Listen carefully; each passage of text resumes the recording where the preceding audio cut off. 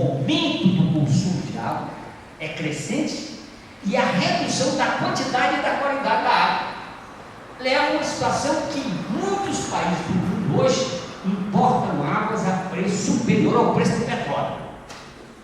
Olha bem a situação. Hoje você tem, por exemplo, na Turquia, você tem um porto que exporta água. Hoje há um esforço tremendo de trazer icebergs como fonte de água para outras partes do mundo.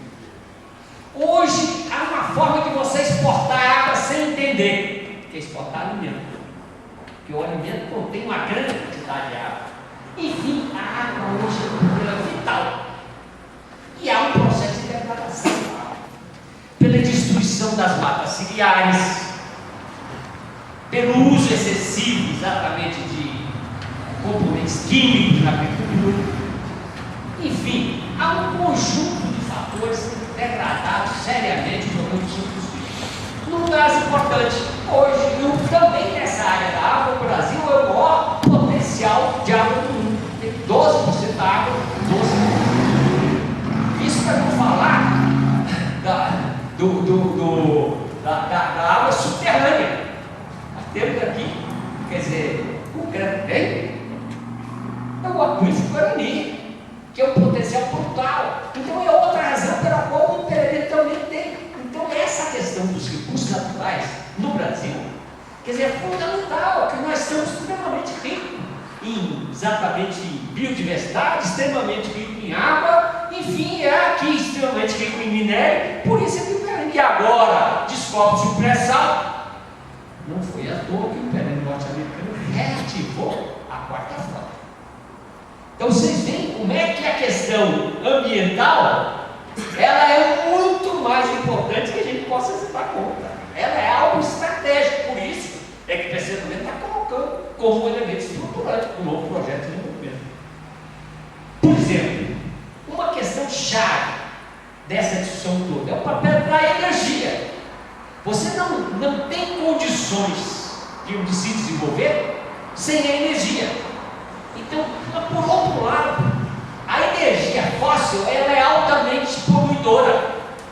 Então, nós temos uma sociedade do futuro, essa sociedade do novo projeto de desenvolvimento, ela implica exatamente em alternativas da matriz energética.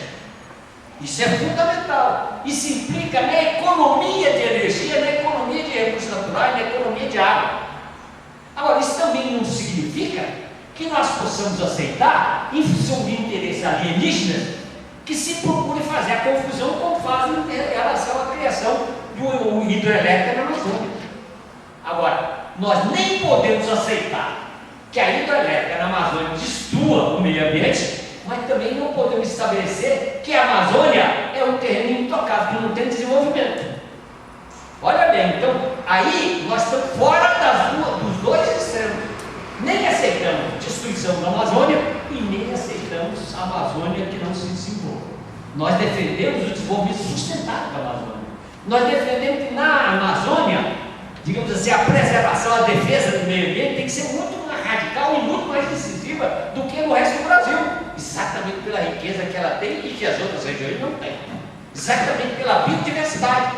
Então não pode estar derrubando mata, não é só por questão de mudança climática, não, porque lá tem uma riqueza, quer dizer, tem cientistas, por exemplo, com os quais a gente tem contato, que diz que, gente, é que às vezes a gente não se dá conta. Uma árvore em pé, ela vale muito mais do que se destruir para fazer móvel. Porque a árvore em pé, tem lá, tem os elementos, tem os micro-organismos, tem exatamente essa matéria-prima da biologia e do futuro da humanidade. E nós não estamos sabendo aproveitar. Estão parecendo índios, né? Corta o pau-brasil e entrega para os japoneses, portugueses. Então são coisas, digamos assim, que têm uma dimensão muito maior do que a gente possa imaginar. A questão da crise urbana, quer dizer, hoje você tem também, na verdade, a questão do meio ambiente urbano, eu diria que é um dos mais graves que tem, porque concentra.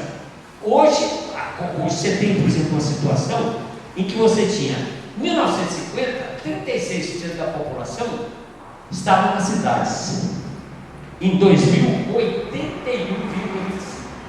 E hoje, quer dizer, deve ter sido mudado também, não vai 100% na cidade, mas já cresceu. Então, na verdade, houve um deslocamento brutal da população do campo para a cidade do Brasil. E aí o que aconteceu? Não tinha infraestrutura, não tem trabalho, não tem infraestrutura urbana, né? Criou um colapso no transporte, que agora também a classe média resolve, todo mundo quer ter carro, e não quer ter um só não, tem 2, 3, 4 carros, tem 4 filhos, cada um tem um carro.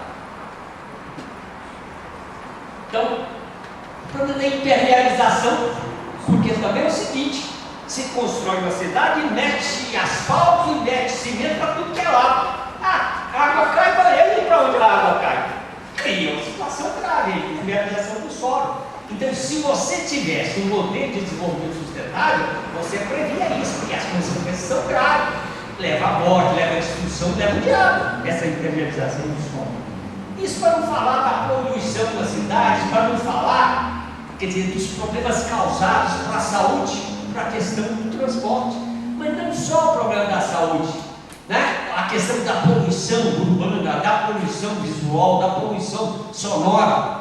Então, esse conjunto de fatores configura uma crise de graves dimensões em relação à questão urbana.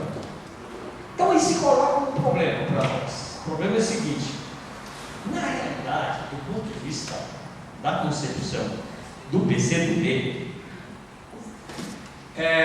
o caminho é exatamente, digamos assim, a solução radical é o socialismo. Quer dizer, o pano de fundo dessa questão é o sistema capitalista. É exatamente um modelo de produção e de consumo, como o companheiro estava falando, produção e consumo, que não é só produção, é o consumo também, é o consumo pecuário, é uma produção que não leva em conta os fatores sociais e ambientais, e é um consumo absolutamente desregrado. Quer dizer, não só você tem, digamos assim, muito celular, mas tem muito carro, como eu estava dizendo, você também tem um desperdício brutal. Não é só o consumo do carro, é que no fundo dá um desperdício. Você joga plástico, utiliza e joga fora. Não sei o que ele utiliza e joga fora. Quer dizer, você consome energia desnecessariamente, usa água doidada. Então há todo, digamos, uma situação assim que necessita, na verdade, ser resolvida. A solução cabal disso é um novo sistema social. Sistema social que tem por objetivo não o lucro, mas o bem-estar da sociedade, que é a sociedade socialista. Só que o socialismo não é um ato de vontade. O socialismo, para nós chegarmos ao socialismo, é um processo, como eu dizia aqui no começo. Então nós temos que exatamente aprofundar o processo democrático para nós nos aproximarmos do socialismo. Mas antes disso eu queria falar de uma outra coisa também, que é o seguinte, que é o problema da condução da luta ambiental. Porque na realidade essa visão isolada dos fatores termina conduzindo à hegemonia. Hoje o movimento ambientalista ele é hegemonizado por esse setor preservacionista. Então, e na verdade, em determinado momento, nós, por falta de uma política ambiental, tangenciamos uma visão desenvolvimentista predatória. Então, não é, para nós, como marxistas, não pode ser nem uma coisa nem outra. Nós temos exatamente, e não é para ser um meio, não, é a outra coisa. Você fica no meio entre a coisa, é uma outra formação de qualidade superior. É o que nós estamos chamando de desenvolvimento sustentável, soberano. Isso diferencia da posição hoje predominante entre os ambientalistas, que é o que nós chamamos de preservacionismo. Né? O preservacionismo ele absolutiza, como eu já disse, a questão ambiental. Então está colocado para nós a possibilidade, na medida em que o PCdoB não só avance na formulação da questão ambiental, mas que exatamente, quer dizer, organize uma corrente política em defesa de uma concepção, digamos, pé no chão, uma concepção realista em torno do desenvolvimento sustentável. Isso implica numa luta teórica e política, porque hoje essa hegemonia do movimento ambientalista tem consequências. Ela termina sendo um empecilho para o avanço do Brasil e ela gera, inclusive, uma situação de construir certas lideranças políticas que aparecem como progressistas, mas na verdade são lideranças conservadoras, como é o Catamarina, por exemplo, tem 30 milhões de votos. Pergunte sobre a juventude, dizer que se tem possível liderança no meio da juventude, nós podemos estar atrás. E o fato objetivo é que até agora nós estamos. Essa é a verdade. Nós estamos atrasados. A esquerda está atrasada em relação à questão ambiental. E a direita toma o caminho, toma a frente. Veja bem, eu estava conversando com os companheiros ali sobre a questão da mudança climática. Aí o companheiro levantou: pô, e o negócio do Murion? Eu falei: eu tenho uma opinião diferente. Ele disse: bom, então você tem a opinião do Award? Eu falei: pô, não tem nada uma coisa com a outra. Não é pelo fato de eu ter uma crítica ao Murion que eu sou a favor do Award. Não, não é nem uma coisa nem outra. É a posição realista, é a posição que tem um fundamento científico.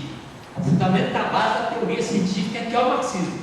Então, essa questão de nós formularmos uma política ambiental, nós temos que tirar consequências disso. Nós temos que construir uma corrente política em torno dessa política ambiental. Essa é uma luta política teórica que tem consequências, porque eu já propus ao partido, e nós estamos articulando a nível nacional, um seminário latino-americano sobre a questão de meio ambiente e desenvolvimento, pelo papel que a questão ambiental utilizada pelo imperialismo está tendo para tentar desestabilizar o governo de esquerda na América Latina, na Bolívia, no Equador, no Brasil. Pode ver. Agora, o que tem acontecido? Que essa manipulação da direita leva a esquerda a ficar numa atitude defensiva em relação à questão do meio ambiente. Não é porque a direita está manipulando que o problema deixa de existir. Não é porque a direita e o imperialismo estão manipulando que nós não vamos entender o que Marx entendeu em 1800 e pouco, que é a importância da relação de homem e natureza. Então, essa luta teórica é fundamental para nós entendermos a dimensão que a coisa tem, né? Em função dessas histórias todas, o PCdoB formulou então uma plataforma de luta ambiental